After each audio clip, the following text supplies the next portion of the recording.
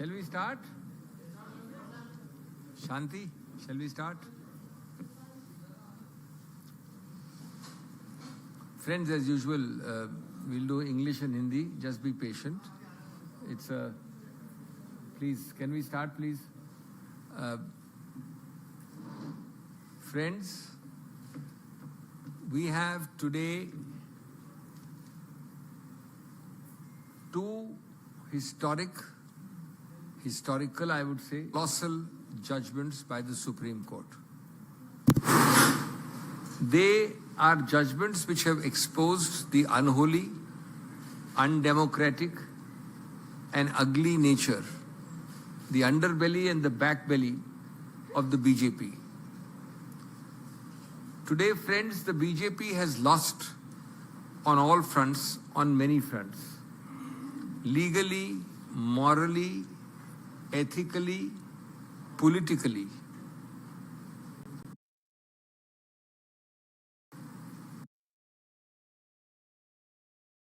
And I am for the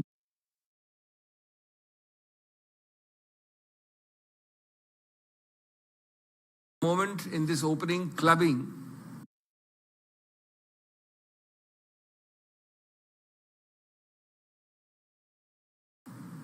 but in particular for the people of Delhi. Delhi will not be run by a nominated LG or an LG controlled bureaucracy, but Delhi will be run by representative democracy. Friends, path-breaking and seminal would be relevant words for the two Supreme Court judgments. And I had the privilege of arguing them both. Let us briefly spend 3 or 4 minutes on Maharashtra. And I know that you will ask me about relief not given by restoration of status quo ante. But that's a wrong way to approach that judgment. Let me be very clear. First and foremost, friends, all relevant legal findings in Maharashtra case were in favor of the petitioners. And that is why I said that legally, morally, ethically, and politically, the respondents have lost, even though status quo ante was not restored. What was it that was held? And I'm not here to give you a legal lecture. I'm giving you a few very important bullets. Number one, the whip by the so-called Shinde faction was held to be illegal. Number two, the recognition of that illegal whip by the speaker was itself illegal. Thirdly, the speaker's recognition of the entire Shinde faction was held to be illegal. I don't want to bore you with paragraph numbers. I am the speaker, I recognize this Shinde faction, the whole thing has been held to be illegal. Further, it is held that whips have to be that which is by a political party, not by a group of legislators, the so-called legislative wing. And finally, friends, the entire governor's decision has been declared illegal on the ground that it lacks relevant objective material. What more is left, I'm asking you? Such high personages, governor, speaker, the current chief minister's faction, all have been castigated by legal findings against them. Now come to the other aspect which is being missed out. Clearly, the judgment says that the speaker must decide the pending disqualification petitions expeditiously. I'm asking you, friends, if the speaker does not delay, if the speaker does not prevaricate, avoid or circumvent, if he decides the pending disqualification petitions, there is no other result possible except disqualification. Why do I say that? There is no other result possible because the actions which are complained of are in violation of the whip. They are in violation, if I may use the wrong word, of the Uddhav Thackeray Group Whip. And if it is in violation of that only legitimate whip, then obviously those people are disqualified. So now I believe and I predict, and I am very happy if I am proved wrong, the only game left to be played by those who have no shame is the game of delay. Because it is known that if it is taken up, there cannot be a defense to following, recognizing or acting upon an illegal whip and ignoring the political party's whip. Friends, that is why I said that this is the exposition of the unholy, undemocratic and ugly backbelly, underbelly of the BJP. Equally, friends, do not underestimate the NCT judgment. First and foremost, I want to make it clear, it is not about politics. Today, the AAP is in power. Tomorrow, the Congress may be in power. In Delhi, I am now talking of NCT. Day after, even BJP may be in power without a central government of the BJP. The point today's judgment has made is that it's a victory for the people of Delhi, a victory for the recognition of the autonomy of Delhi, for the independence of Delhi. Why do I say that? Delhi is not only created as a union territory, but it's the only, I repeat the word, only entity which is given a constitutional special status under 239AA. It is the only entity, not other union territories. Now, the idea of that special status was that you would have autonomy to decide your own things. It doesn't matter whether today he is ruling, tomorrow you are ruling, day after he is ruling. But the idea is to give the people of Delhi a say in their own representative democracy. The judgment, I say, is a victory for the people of Delhi because the specially demarcated constitutional powers for a special territory like Delhi, the only one which has a constitutional status, is being restored largely. What had happened, friends, was that what the right hand of the constitution framers gave to Delhi by drafting 239AA, the left hand of the LG and a meddling central government BJP-led Sarkar took away. The right hand of those who enacted 239A gave you, the left hand of the LG and the BJP central Sarkar took it away. That has been righted. That imbalance has been corrected. That completely one-sided biased approach has been stigmatized and quashed. In particular, and the court has accepted our argument saying that if you are the supposed representative ruler of Delhi and you have no power over services, if he is a public servant and I have no power over him, what is he supposed to listen to? Will the public servant listen to a person who cannot appoint him, cannot transfer him, cannot make any recommendations about him? This is what the court has said, not me. And therefore, the important principle that apart from the excluded areas on which there is no dispute, as you know, land, public order, etc., etc., apart from that, you as an outsider cannot keep interfering every time. Therefore, this is another seminal judgment because, as I said, it restores representative democracy. It restores the autonomy and independence of Delhi and Delhiites, which was envisaged in our constitution framers. And it gives some meaning and content to the unique special federal territory constitutional status of Delhi. दोस्तों, आज भाजपा को कई मोर्चों पर मात लगी है, मात हुई है. सुप्रीम कोर्ट में हारे हैं वो लोकतांत्रिक लड़ाई, नैतिक लड़ाई, राजनीतिक लड़ाई, एथिकल किसी भी मापदंड से आप गिन लें, हारे हैं वो. आज दिल्ली में भी और महाराष्ट्र में भी लोकतंत्र की विजय हुई है. समाधान निकलेगा और लोकतंत्र पे जो हनन किया है बीजेपी सरकारों ने या बीजेपी भाजपा द्वारा नियुक्त एलजीज ने, उनको बहुत हद तक वापस संतुलित किया है इस निर्णय ने।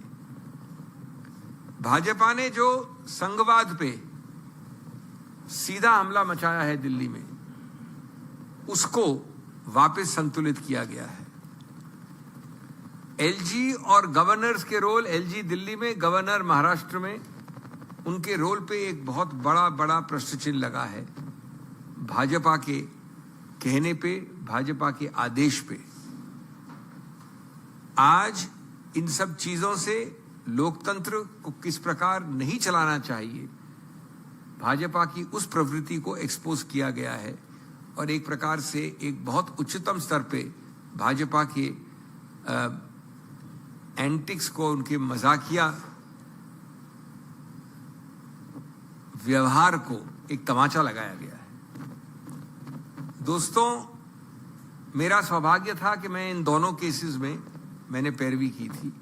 जहां तक महाराष्ट्र का सवाल है, मैं आपको बताना चाहता हूं कि जो भी महत्वपूर्ण निष्कर्ष हैं कानूनी उस निर्णय में, वो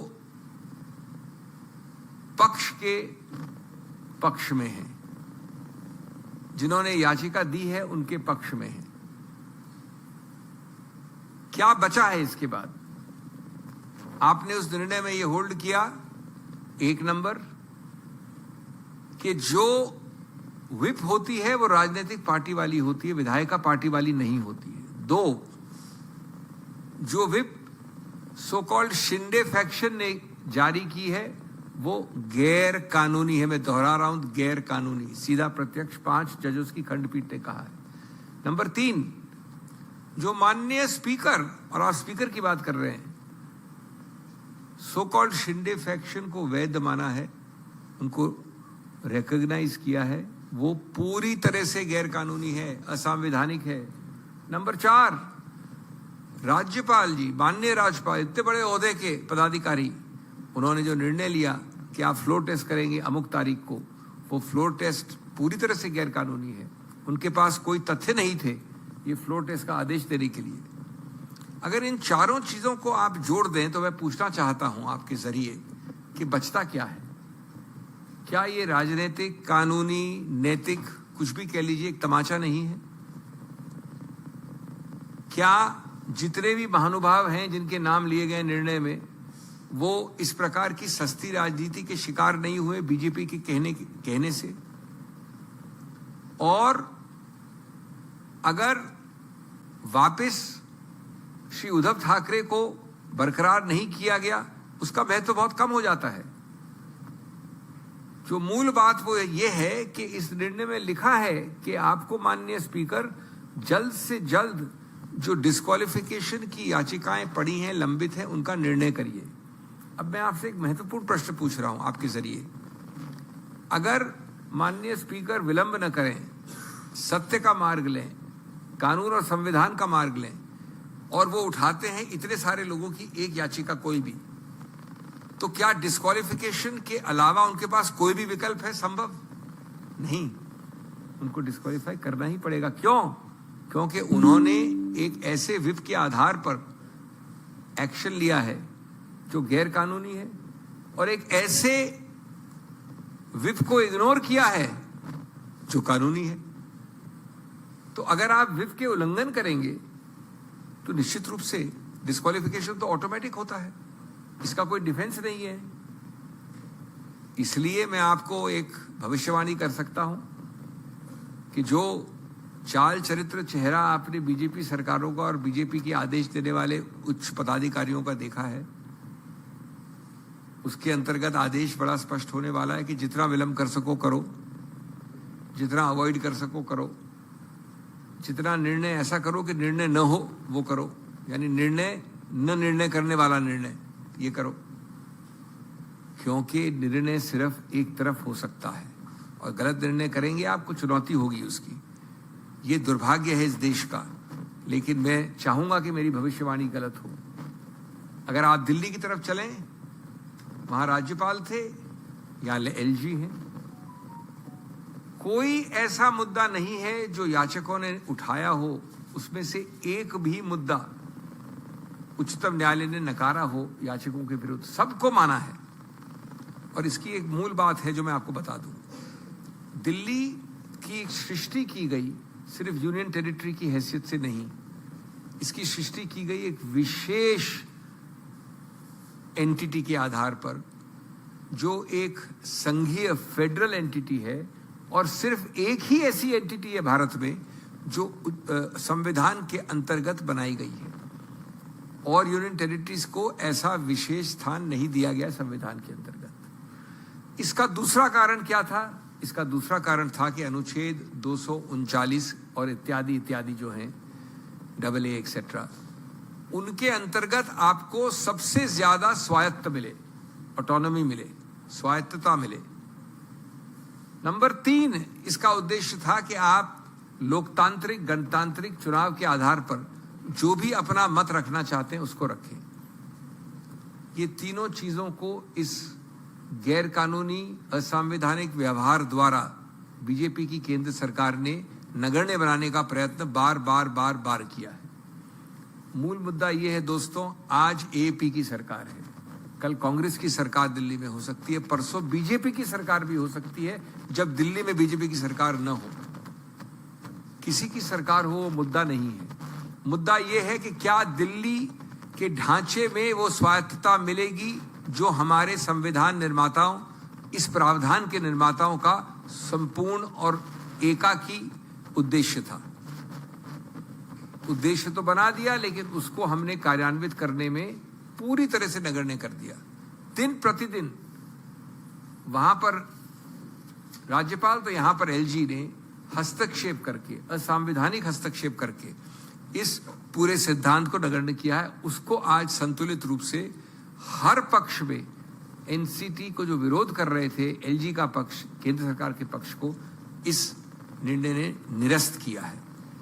और ये दिल्ली की जीत है, दिल्ली के नागरिकों की जीत है, स्वायत्तता की जीत है, लोकतंत्र और गणतांत्रिक जो सिद्धांत हैं जिसके अंतर्गत आप एक विशेष संवैधानिक यूनियन टेरिटरी का नियंत्रण करते हैं, उसकी जीत है।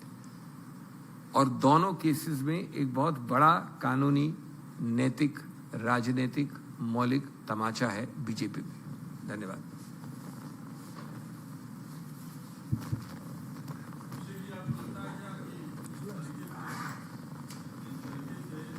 कोर्ट ने कहा कि अब उनके पास ये ऑप्शन नहीं है कि चूंकि उद्धव ठाकरे ने इस्तीफा दे दिया, अब शिंदे सरकार संवैधानिक रूप से सही है। अगर उद्धव ठाकरे इस्तीफा नहीं देते तो उनके पास और ज्यादा ऑप्शन रहता।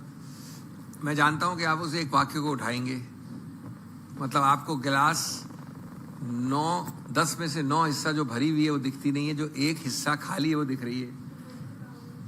लेकिन किस आधार पर, किस मुंह को दिखा के ये सरकार चलने वाली है? उद्धव ठाकरे कहां नहीं गए थे? फ्लोर टेस्ट पे नहीं गए थे, ठीक है। वो फ्लोर टेस्ट किसने बोला था करना है? कल राज्यपाल ने। वो राज्यपाल के निर्णय को तो क्वॉश कर दिया इस उच्चतम न्यायालय ने। ये तमाचा नहीं है राजनीतिक, कानूनी, एथिकल, कुछ भी कह लीजिए, नैतिक।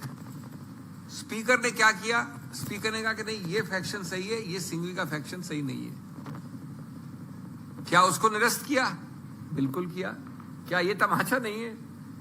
किस अधिकार, ये देखिए, ढीठपना होता है, बेशर्मी होती है, उनके आधार पे आप कुछ भी कर सकते हैं।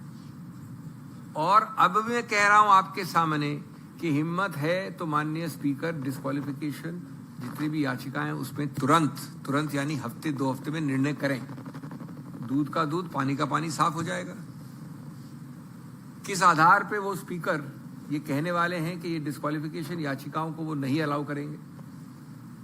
जब व्हिप आज निर्णित हो गया है कि सिर्फ राजनीतिक पार्टी का हो सकता है, तो जिस व्यक्ति को आपने व्हिप बनाया, गोगावले नाम है उसका, उसको क्वॉश कर दिया कोर्ट ने। तो बचता क्या है? स्पीकर को सिर्फ उठाना है कागज और बोलना है कि मिस्टर सो एंड सो आप डिस्क्वालिफाइड हो। लेकिन आप आश्वस्त रहें, बीजेपी इन मामलों में ढीठपना और बेशर्मी की चरम सीमा है।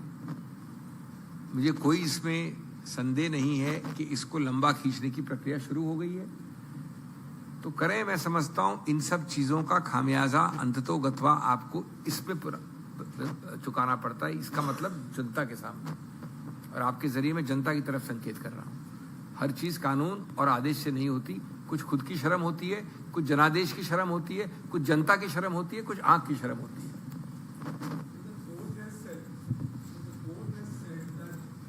The speaker should decide on the disqualification petitions within a reasonable time.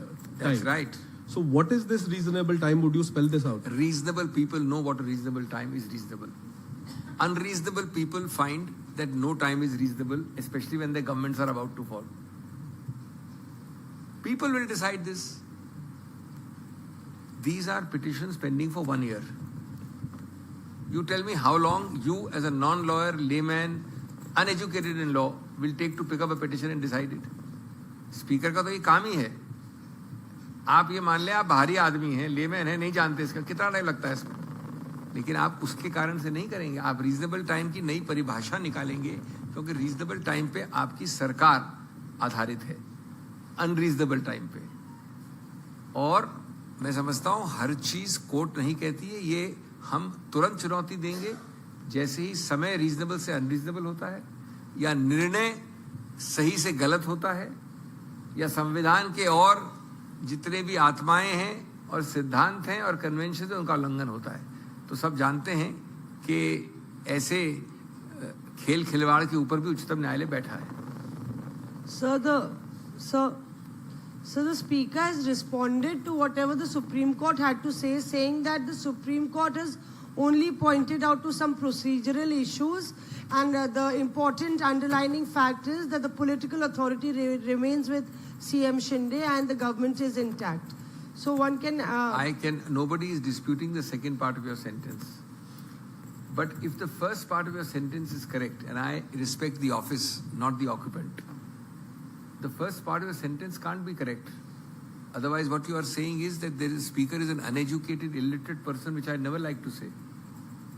How can anybody, much less a speaker, say that only a procedural irregularity is pointed out by the Supreme Court? That's what you said just now. I'm not saying it. I don't know it. If you are quoting him, then it's a very serious thing. If, I repeat the word if. I want to appeal to your common sense. If I, the Supreme Court, hold that the governor's decision is quashed and illegal, it's a procedural irregularity. If I hold that the speaker's decision is quashed, recognizing the Shinde faction, it's procedural irregularity. This is like Alice in Wonderland, who said, words will mean what I say they will mean. So if I give a substantive finding of illegality, you call it procedural irregularity. As a matter of fact, the speaker should never have commented this. If he has done so, he has disclosed his premeditated bias.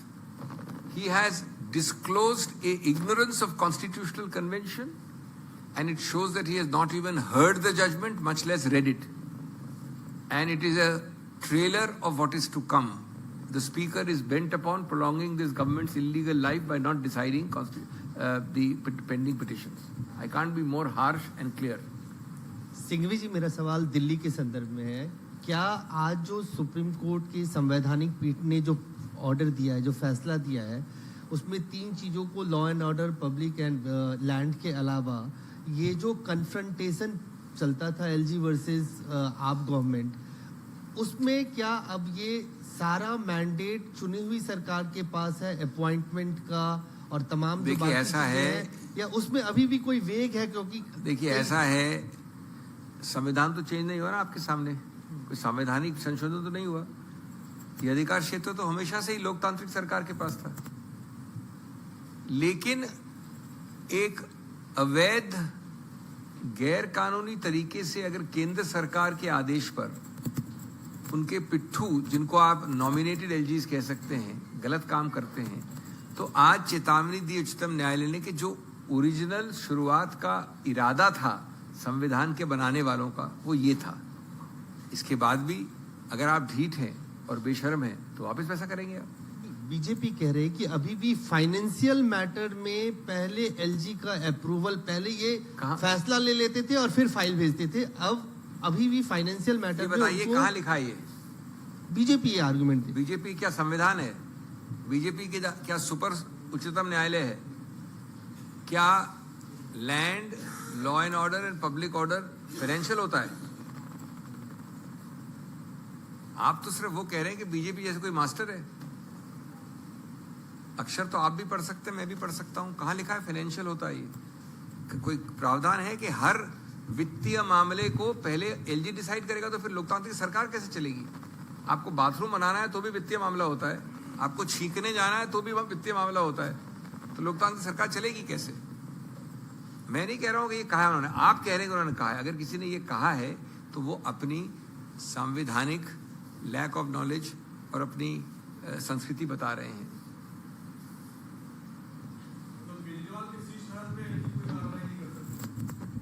उसका कोई मतलब, इसका कोई संपर्क ही नहीं। सब आप कहां से कहां पहुंच गए?